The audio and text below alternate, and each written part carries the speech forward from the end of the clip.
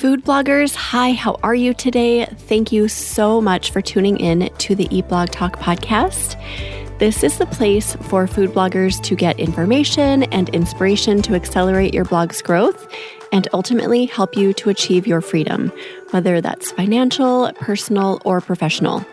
I'm Megan Porta. I have been a food blogger for 13 years, so I understand how isolating food blogging can be. I'm on a mission to motivate, inspire, and most importantly, let each and every food blogger, including you, know that you are heard and supported. You are going to want to download our bonus supercut that gives you all the information you need to grow your Instagram account.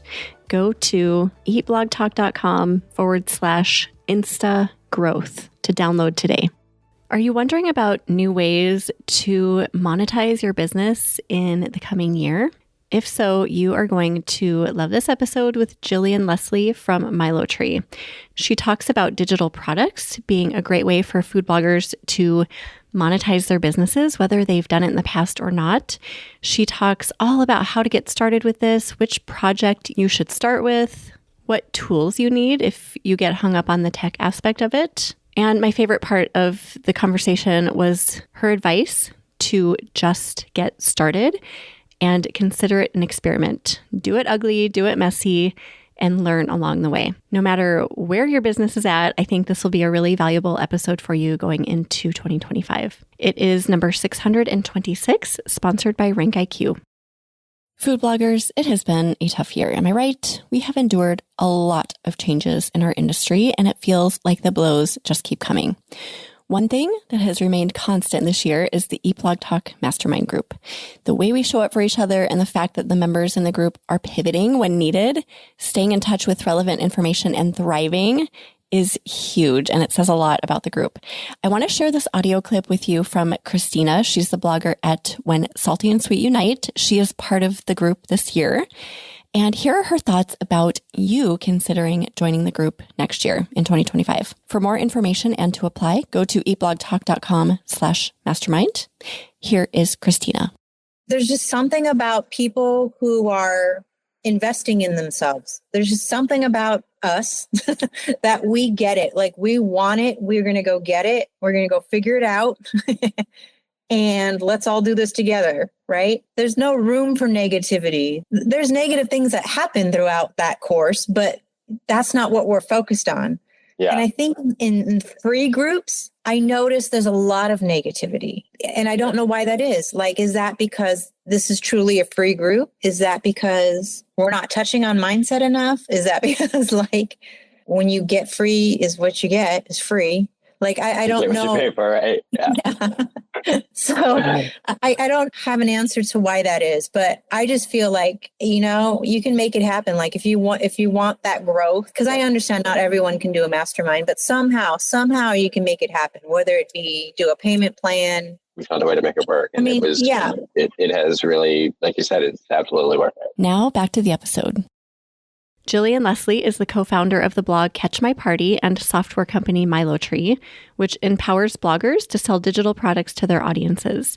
Jillian is also the host of the Blogger Genius podcast, where for the past 6 years, she has been interviewing successful online entrepreneurs, content creators, and industry experts. Her goal is to empower bloggers and creators to build successful online businesses so they can change their lives and have the freedom they crave. Jillian, so happy to have you back on the podcast. How are you today? Oh, I'm great. And thank you for having me back. And it's always fun to connect with you. Totally agree. We always have the greatest conversations. Okay, so we're going to talk today about just monetizing for food bloggers. We're going to talk about digital products, how people can start thinking about that as we get into a new year. Before we get to all that juicy stuff, though, do you have another fun fact to share with us? Ooh, okay. My fun fact is I eat chocolate in the morning every day with my coffee. Oh my gosh. Okay, so what kind of chocolate? Dark chocolate, like 85%.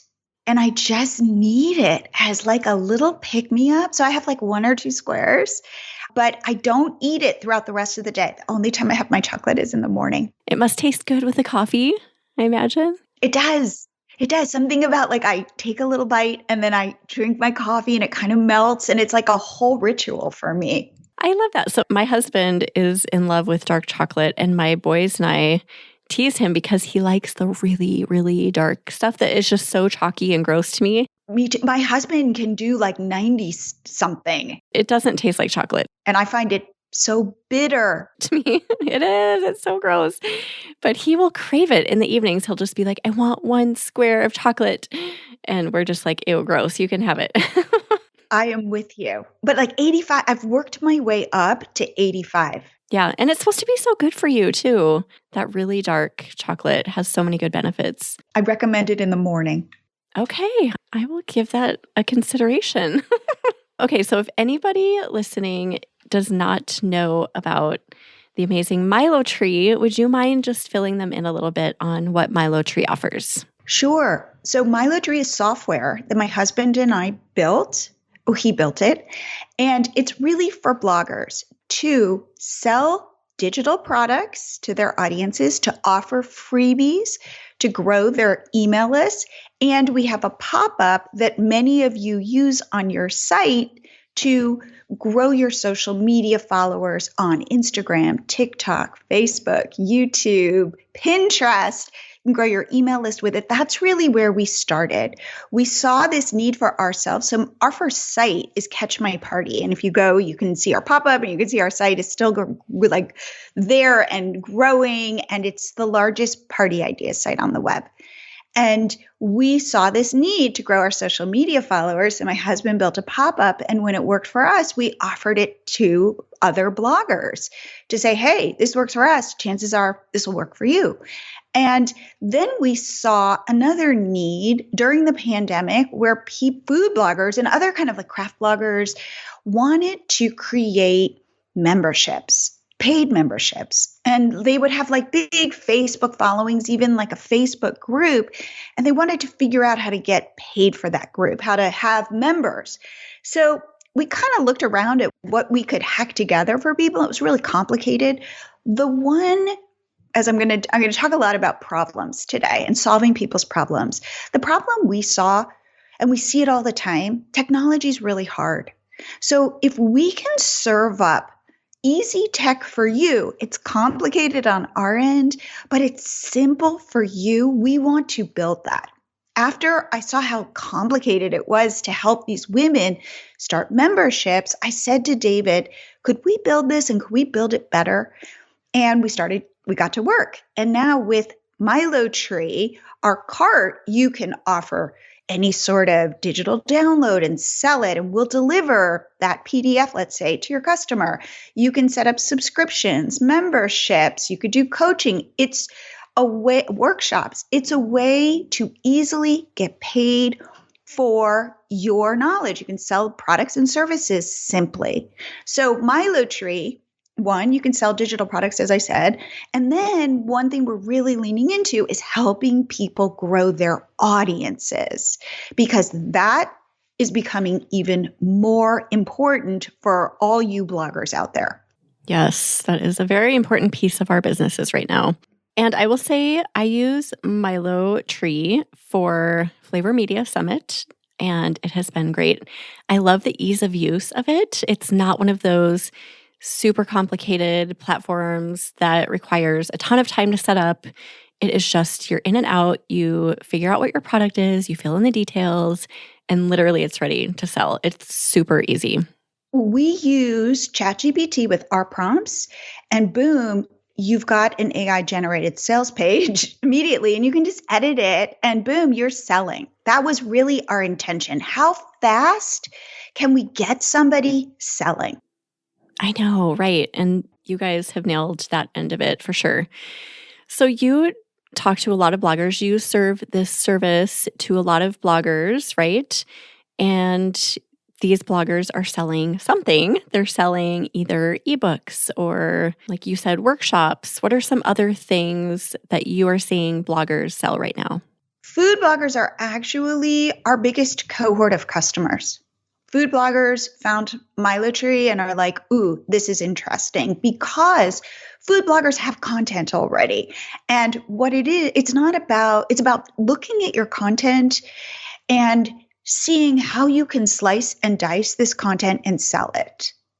And we were just, so for example, like I recommend every food blogger at least sell an ebook, test it, try it, figure out how, because, you go, well, a lot of bloggers come to me and they go, but it's already on my site. It's on my site for free. Why would anybody pay for this?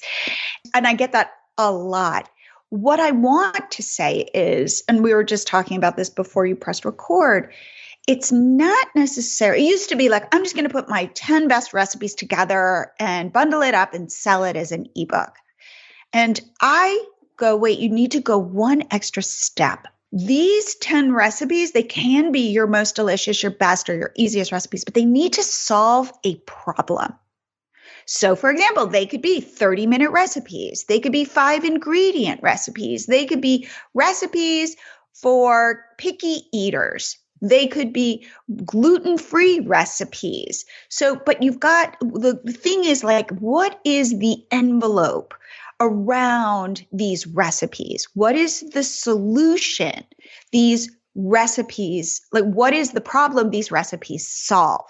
So that's where I challenge you to think about your content. Go to ChatGPT and ask, say, hey, even if you, let's say, do lots of different things, go talk to ChatGPT and say, what problem could my recipes solve? And I say, start there. I love that you're relying on ChatGPT. I think it can be so resourceful for things like that, things that you don't necessarily see right away, but it might be obvious to a robot, like, oh, you could solve this problem. Right. Well, it's funny because I get on calls with people and talk about their businesses, and like immediately I have a million ideas for them. And they're like, oh my God, Jillian, you're a genius. And I'm like, I'm not a genius. I'm just fresh eyes because you're so close. Like I am with my own businesses, you get blinded. We do. All of us, we all fall victim to that. So go to ChatGPT and like go, hey, here are my top recipes. Give me 5 problems that these recipes could solve. See what it comes up with. Yeah, or even more. Offer 25 recipes and maybe you can make the collection bigger and sell something else. Absolutely. So that's where, as bloggers, even like I think that for food bloggers, we're like, we got this idea of a niche. We got this. Like it took a while for food bloggers to really embrace this idea that the more niched down you were, the more success you'd have because people would know you for a certain thing. But now the next piece is seeing yourself as a problem solver, seeing yourself not just in a niche, but a helper. Yeah. Okay. So aside from ebooks, are you seeing food bloggers find success with other digital products? Absolutely. What I recommend is you start with an ebook or a guide or some sort of digital download.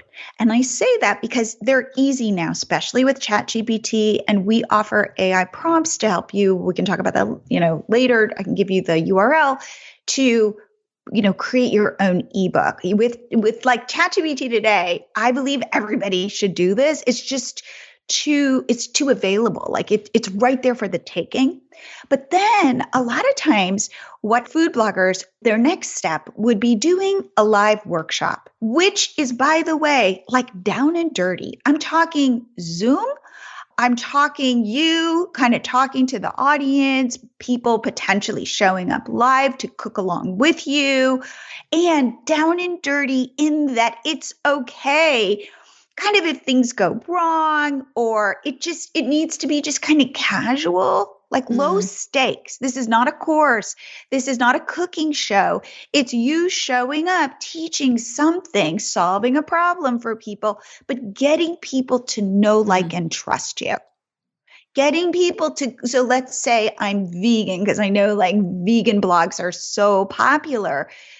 But eventually people will go to ChatGPT and go, give me a vegan recipe for lasagna. And the difference is it's like, oh, I don't want that recipe. I want Megan's recipe, or I want Michelle's recipe because I know, like, and trust her. She's like my friend. So that's where I believe blogging is shifting.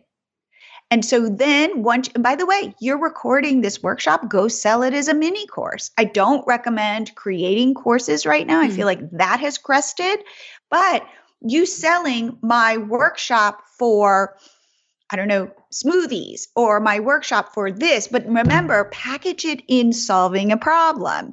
Give people a reason why they would want to purchase this from you. Now, where the big money is really in memberships. You know this, Megan, because you have a membership. They're like these cool communities of people who come together for you, but also for each other. So maybe it's like, you make easy toddler foods. Okay, maybe you could make a membership for people who have picky eaters, or who have toddlers, or who have like dietary thing. They can't eat salt, or they can't eat sugar, or they're trying to lose weight, whatever it is. If you can make a community, that's where the recurring revenue is. That's where a lot of the money is. And for the memberships, you do have to build up that know, like, trust. I feel like I've seen some food bloggers try to start memberships without the community and that really engaged know, like, trust factor that we talk about. And it really doesn't work very well. But the food bloggers who do have all of that do such a good job with creating memberships. And one other thing, let's say you're listening to this and going, oh my God, Jillian, that's like way too intimidating. Go put a bundle of digital downloads together. People love purchasing bundles. So it's my ebook, it's my guide, it's my whatever, my workshop, my recorded workshop. People love that, especially if they feel like they're getting a deal. So you can sell them all individually, but then bundle them up and then create excitement around selling it. Hey guys, I'm only offering this for this week. Get my bundle. It will solve this problem. Here's all the great stuff you're going to get. Think about it as like a party.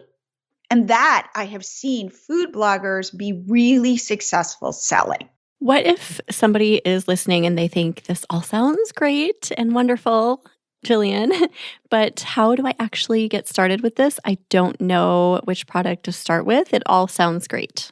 Okay, go to milotree.com/ebook prompts. And you will get 19, I think it's like 13 prompts, and I will walk you through creating your first ebook. I even have Canva templates to put your ebook together. But I am going to say something that kind of gets people uncomfortable. I am going to say, do this down and dirty, B- work, faster than you want, because you're testing.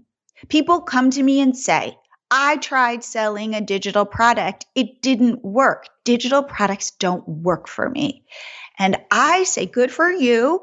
And that was a test. And that one didn't work. But let's see if you can come up with a new test. Maybe you talk to people and say, hey, first of all, very much get close to your people so that you can talk to them. Have like 3 VIPs that will talk to you and tell you what they're struggling with. Again, remember, frame it in the language of I solve problems for people, because that is where you get people to take out their credit card and purchase. So you ask them, what do you want? Like in your email newsletter, ask people questions, get people talking to you, and then go test another product. And this is why I say, do not think about creating a course, which will take 6 months to put together, unless you've been able to pre-sell it 5 times. Like, it doesn't make sense. What makes sense is these, what I call at-bats. You need a lot of them because you're slowly honing in on what your people will buy from you. You have a hypothesis. Chances are you're pretty close, but you might not hit the bullseye on the first try. And this is what, so funny, because I was I was being asked this on another podcast, like, well, if I sell something, like let's say I go out to my whole list and I try and sell something and it's not successful, like have I burnt out my list and can I go back out with another product? And I'm like, of course you can. First of all, nobody's paying attention to you. How many emails do you get every day? Like, do not think you're that special that people are like, whoa, Megan offered this thing. And I'm so embarrassed for her because nobody's thinking about that. Yes, go to your list, a week later with your next offer. Like, go try, go put it out there. And if people unsubscribe, well, they're lost. So this is like what I want. People get so uptight about, what if I do it wrong? Go do it wrong. Yes. Who cares? That's learning. So this is all like one thing that I see in the world of blogging, especially food blogging, is there was a formula. And if you followed the formula, chances are you could get it to pay off for you. It might take a couple years and you would create all these blog posts and you would optimize your keywords and you would do all of this stuff to get it to work. And I believe now the world has shifted. And while, yes, I believe traffic is still incredibly important, but it is harder to come by and the rewards aren't there in the same way. So people, I think, have been, and by the way, a lot of people have really suffered from their income declining, traffic declining. However, you can reframe it as we're back now. The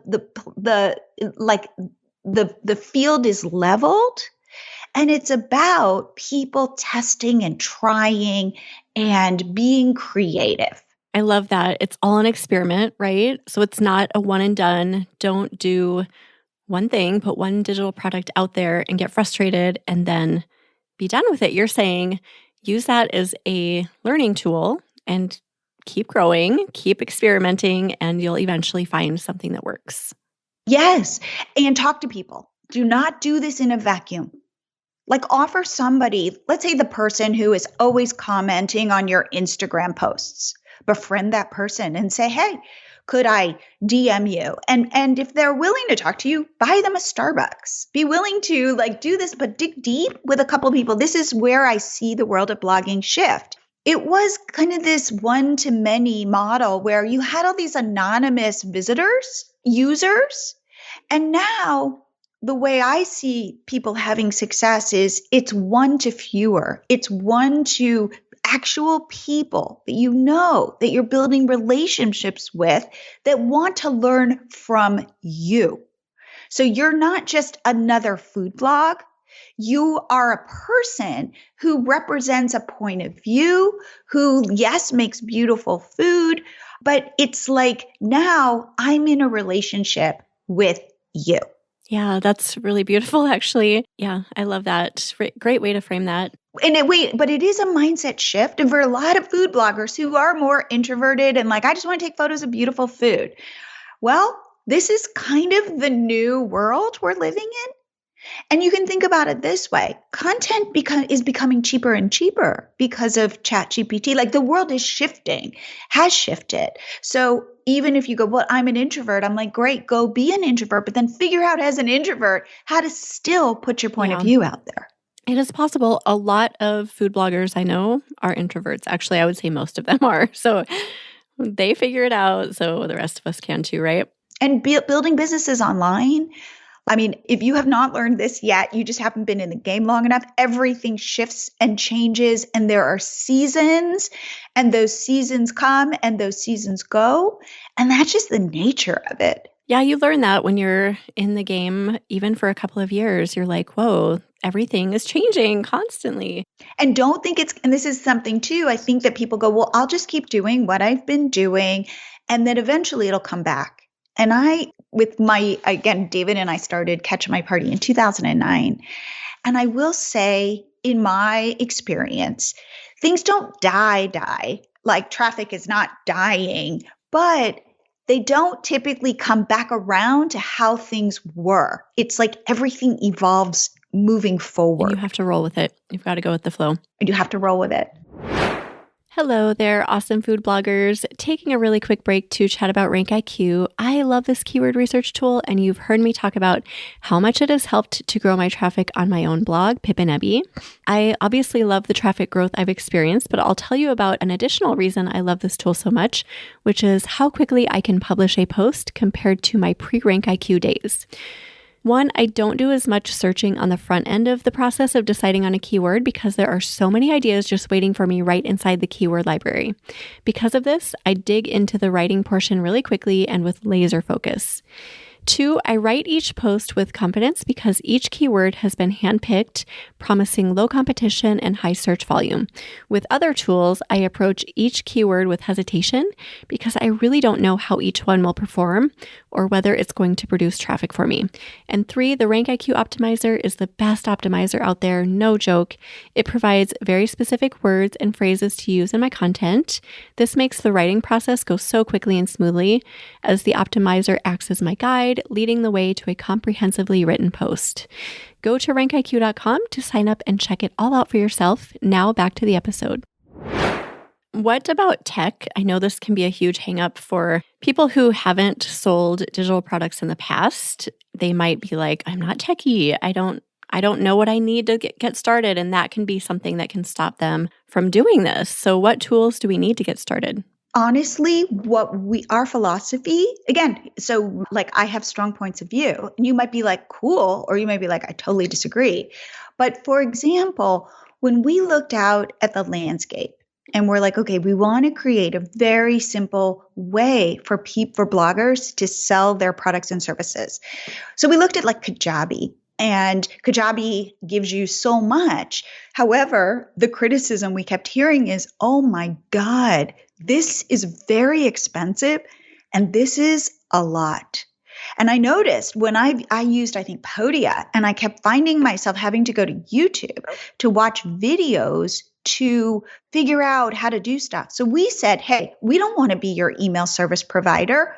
What we're going to do, we're going to integrate with every email service provider. So we integrate with MailChimp and MailerLite and Flowdesk and ConvertKit and everything because we just want to integrate. Therefore, your email addresses, like you offer a freebie, cool, you're integrated. Those names and email addresses just get automatically sent. And then you get to decide how you want to use email going forward. We also, by the way, collect the name and email address. So even if you don't have an email service provider, that stuff will be saved on your dashboard. So, you're still collecting them. But we're like, we don't want to be an email service provider as well as a payment platform. So we say, go start a membership, but we don't want to be your membership platform. We go use a private Facebook group, go use Zoom, go use Circle, go use whatever it is that you want, and we'll get you paid, give you awesome, simple AI-generated sales pages. So our job is to kind of say, yes, this makes sense because this is easy. And then the rest of it, go like be your own seller, be your own entrepreneur. And therefore, we want it simple. You can be selling your first product in 5 minutes, 10 minutes, like that, depending on if you want to add your own images or just use our images that we provide. So that, again, is the problem we solve. If you're a tech bro, do not look at our product. We're not for you. But for your audience, Megan, we are for you.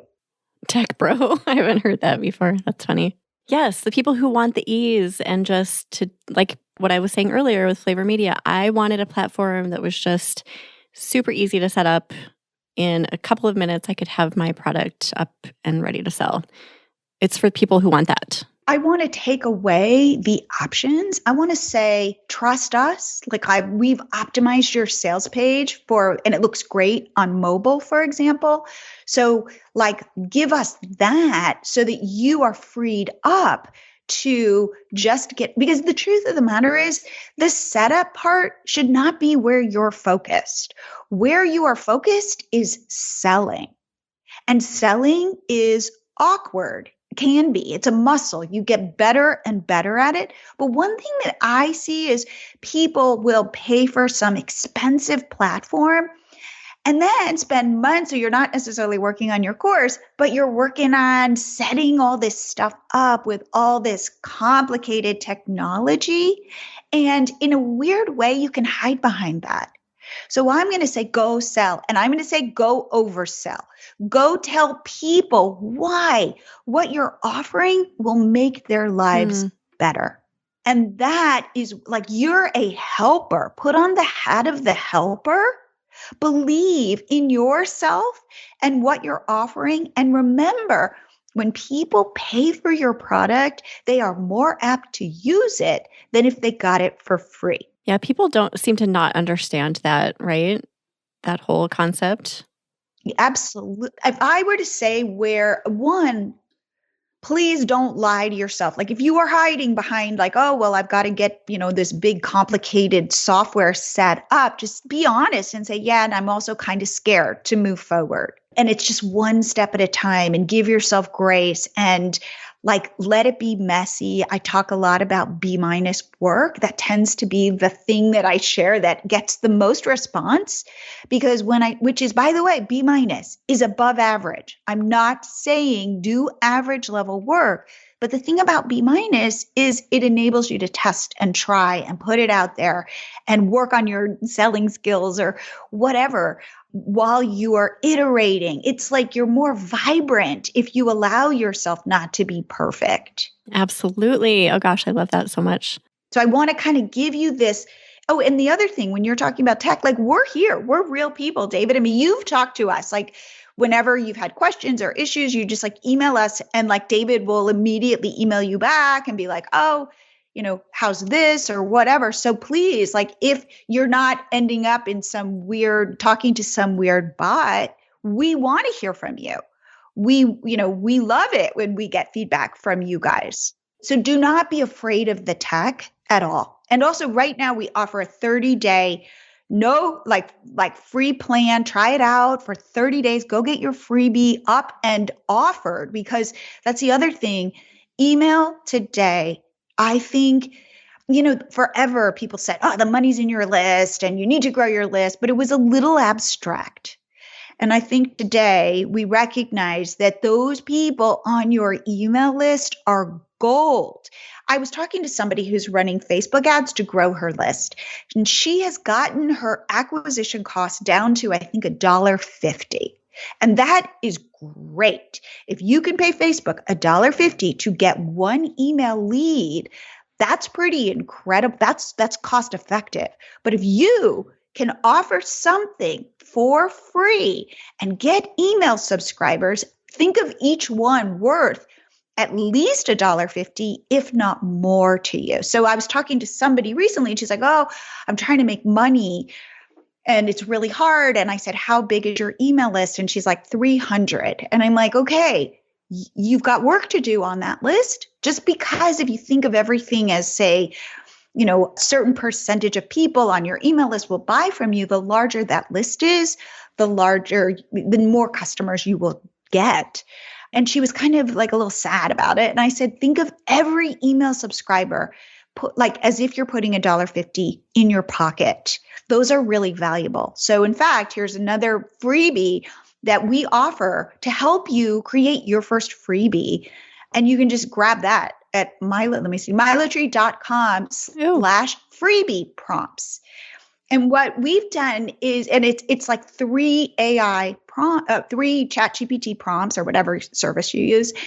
And what it will do is create an irresistible cheat sheet that you can then offer to grow your email list. And if that doesn't work, go make another one and another one. I don't know if you're doing this, Megan, but one thing that I have found is, because I use our own product, MiloTree, I will come up with a podcast. And I don't think I mentioned this. I have a podcast, which Megan, you've been on multiple times, called the Blogger Genius Podcast.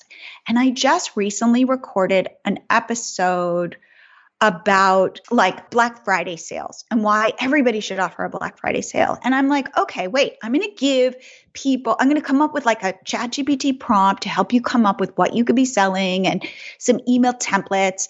And now I just create these PDFs in Canva and then offer them to my audience on my podcast. So that's why I'm like, what's the URL again? Because it's so easy. So I recommend everybody for your top 5 posts, I don't know if you talk about this, offer a freebie on all of your top 5 posts that are specific to that post. That is great advice right there. Yeah, like what is the pain, as you've said, what can you solve for each post? And it really doesn't take that long to put something like that together, right? Absolutely. Especially with MiloTree. Go just upload it. We will deliver it. So it's just I want to give people a way to find that connection between what their audience will pay for and what you offer. Okay. Anything else about tech or different digital product ideas, how to get started? Okay. So feel free to the tools that our customers use are things like Zoom, things like, as I said, a private Facebook group. Do not think tech is not going to solve your problem. In fact, you want to use, my mother, who's in her 80s, knows how to use Zoom. If I give her the link, she can log in, she can show up. She doesn't quite know how it all works, but there she is. So you want to be, instead of wowing, let's say you do a membership, wowing your people with all this insane technology, don't do that. Make it simple. And this is always my word, and I think it's going to be my word for 2025, is simplify, simplify. So I get on a call. This is a perfect example. I get on a call with a woman yesterday who wants to start a membership. And she's telling me all about the membership she wants and all the different pricing plans she wants. And I'm kind of confused. And I go, okay, so you've already launched this. And she's like, no. And I said, wait a minute, you've got 4 different pricing plans. If you want the 1 month or the 3 month or the 6 month, and she's got this whole thing in her head. And I said, I was kind of confused because it sounded so advanced. And I said, okay, I have to be honest with you. I think you're putting the cart before the horse. Please. Yeah. You could do a monthly plan and maybe a yearly plan, and that's it. And then she was and then they're going to be PDFs and we're going to meet. I'm going to have experts. And this was in a membership. And I go, whoa, why don't you try it with one thing? You're going to meet twice a month, for an hour each time, the end, and see what that's about before you start, especially in your head, building out this super complicated membership. That's not why people will join your membership. No. They don't care about the tech, and you do not want, and two, you do not want to burn them out with all of this stuff. You want to show up as a real person solving people's problems. I've done that before. I've overcomplicated. I think that was one of my big issues starting out as an entrepreneur. I thought that was serving people, but then learned very quickly that the simpler you can make things, the easier it is to consume. People are like, okay, I get that. So yeah, starting simple, I think, is a really good route to go.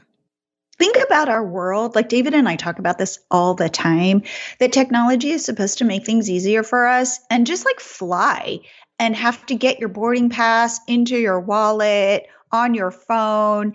And I can do that. But I think about my mom and how complicated all this stuff is for my people. And not my mom's smart, but it's different. Yeah. Remember back in the day, you had a piece of paper that you handed to the woman when you were boarding the plane. And in a strange way, that was simpler than it is today, even though today it's supposed to be simpler because technology solves all these problems. So we look in the world and we'll be like, oh my God, why is this so hard? It is so true. I know. Simple is good. And MiloTree, I feel does that really well. Simple is something that describes MiloTree. It's the best because of that. If I feel like today, I really feel the more human you can show up. So maybe you're the person with the messy kitchen And maybe you've been hiding that from your audience. Tell people, because there are other people out there with messy kitchens who will say, wow, okay, your kitchen isn't perfect. My kitchen isn't perfect. It's those little, it's like why we weirdly like Instagram stories, because we like to see that other people are just like us. Yeah.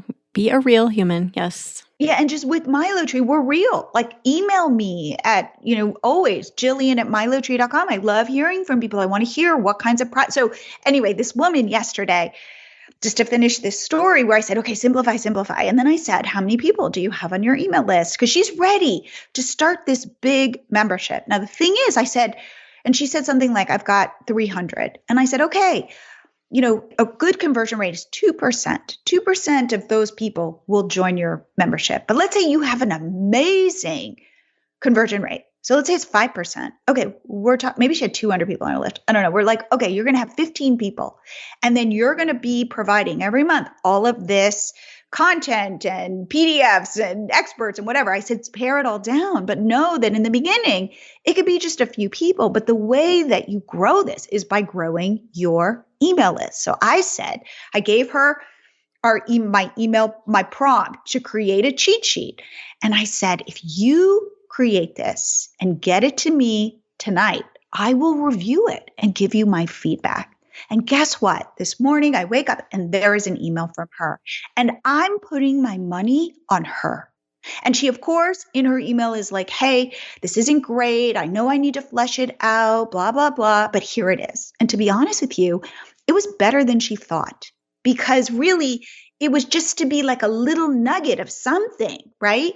And I said, make sure, like my notes to her, make sure you put your branding on it, make sure it links back to your blog, and put like like some message from you so that people who get it read this personal message from you saying like, I'm in your corner. She helps I think like women in their 30s with their careers and so where they're feeling kind of isolated, and it's like, hey, you say I'm a real person, I'm here for you. And she's like, and I go put it out there, see what people think. That's what you have to do. You have to do it. I think you've used messy, like some people say, do it ugly. Just do it, period. Get it out there, and then you can always refine, and people do appreciate that real factor as well. So absolutely. Now you need to deliver, meaning like, for example, if you make recipes, like they need to work. So it's not like, oh, well, it might work, it might not. I'm going to kind of put that out, let's say messy or unfinished. No, the recipe needs to work. It's the packaging around the recipe where it doesn't have to be perfect. Perfection. There it is. There's the word that we all strive for, perfection. It doesn't exist. It's not going to happen. I know. It's a hard one for us content creators to get past, I feel like. And the word, I have another word for me. One is simple, and the other one for 2025 is grace. Ooh, I like that. So talk more about that. Why did you pick that word? Because I think about how many times I cringe over myself. I write an email, let's say, for my newsletter, and I write my newsletter every Sunday.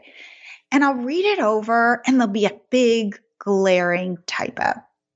And of course, I cringe. It's almost like a shiver. And I'm like, oh, how did I not see that? And so, like, how many times a day am I cringing at something I did? And then I go, and I think the antidote to that is grace. I'm doing my best. I'm getting my newsletter out. And there are going to be typos. And again, if you go, whoa, Jillian has typos in her newsletter, I need to unsubscribe. Maybe you're not the right person for me. Like there are enough people who will also give me grace, who don't even notice the typo. Like I'm being so much harsher on myself than I ever would be to you, Megan, or to this woman yesterday when I was like, get it to me. And I, and her kind of saying, oh, I'm not sure I did it, it needs more. And I'm like, you're good. Yeah, that applies to all of us, though. I think we're all so much harder on ourselves than we are on other people. It's just default, I feel like, and we have to intentionally work toward not doing that. It's hard. So I love grace as a word, just stopping yourself in your tracks when you see the error in the email and just, okay, I need to have grace with myself. I am human, just like everybody else. Stop berating, stop punishing. Yeah. And I have a 17-year-old daughter who, of course, at that age, is plagued by feeling ready for the word cringe. And I am always saying to her, give yourself grace, give yourself grace. And I can see in her almost like her shoulders go down a little bit when I say it. And I feel it in myself of like, give myself grace. It's okay. It's really okay. Like nobody's dying. Like, let's put this in perspective. How important is this really? Yeah. And do I need to have that, so I've joked that, you're in, how I'm going, put stuff out that's a little more raw, a little messier. What was your word that you used? Ugly than you would want. And if you feel that tiny little twinge in your stomach of, oof, is this okay? Put it out. Like that's the right spot. That's a good spot where it's a good time to do that. Yep. Oh, what a great conversation. Okay. Is there anything, Jillian, we've missed? Okay. So wait, I want to say this again. Please, everybody, move faster than you want. Go right now, get my freebie prompts so that you can just like, boom, create a cheat sheet that I've optimized to be enticing. And again, you can get this at MiloTree.com/ what did I say? Freebie prompts. And definitely start there. And by the way, you can then go put it up in MiloTree and offer it and put it out there and over offer it because it will solve a problem for your people. But it's like, if there was one thing I hope to inspire your people to do is just go do it and see what happens. And by the way, if anybody says they know what the future is going to look like, even in 3 months or 6 months, they're lying because they don't. What's cool about right now, we're all figuring it out. So true. One thing, though, that I do believe is you being a person interacting with other people, like that is the scarce good. People need people. Yeah, that is so true. Keep that in mind. I've said that to my community so many times in recent months. In 2025, you need to keep that at the forefront of your mind. You need people 100%. If you get to the end of 2025 without people, you're going to be in a tough spot. So include people all throughout the year. It's such a priority. Yes. And it's no longer users coming to your blog. These are people. And befriend them. Oh gosh, I love that. Well, thank you, Jillian. This was so good. And you mentioned all the freebies you wanted to. I know you mentioned, we'll put these in the show notes too, just in case you want to go there to look. But do you want to mention any other freebies you guys have, or do you want to reiterate any of those? So again, MiloTree.com/freebie prompts and MiloTree.com/ebook prompts. These are just one word. And then get my prompts and start like just seeing what happens. Like be playful and curious and think in terms of problems, but know that there's support there for you. That's great. Everyone go check those out. And we'll put those in your show notes, Jillian. So if you would rather go there and just click over, you can definitely do that. Those will be found at eatblogtalk.com/MiloTree3. Do you have either a quote or words of inspiration to end on, Jillian? Okay. So this sits in a Post-it on my desk. And it just says, do what you can with what you have where you are. That ties in perfectly to what you were saying. Just start. Get started. Yes. I don't have to be anything more than I am. And I can still make things happen in the world. Yes, one little step at a time. Amazing way to end. Thank you. Thanks for joining. And then if people want to find you, if they want more information about MiloTree, where can they go? Okay, so you can just go to MiloTree, MiloTree.com and check it out. And again, 30 days free trial. Also, you can email me because remember, I really do love hearing from people like Megan, so many people in your audience have reached out to me. And you can email me at Jillian@MiloTree.com. You can DM me on Instagram at MiloTree. I'm super easy to get in touch with. And give me your questions or share your fears with me, or, tell me like where your wins are, like how you're seeing the world, because that's what I love to do in my podcast, which is the Blogger Genius podcast. I love talking to experts like you, Megan, and other people to see how they are digesting the landscape today. It's almost like, that thing about everybody, like those blind men feeling an elephant, and everybody feels something different. That's kind of what I feel like the world is like right now. And I'm trying to interview enough people, talk to enough people to figure out what that elephant really looks like. I like that. Awesome. Well, yeah, I hope you guys feel comfortable reaching out. And thanks again, Jillian, for being here. Thank you for listening, food bloggers. I will see you next time. Thank you so much for listening to this episode of Eat Blog Talk. If you enjoyed this episode, I'd be so grateful if you posted it to your social media feed and stories. I will see you next time.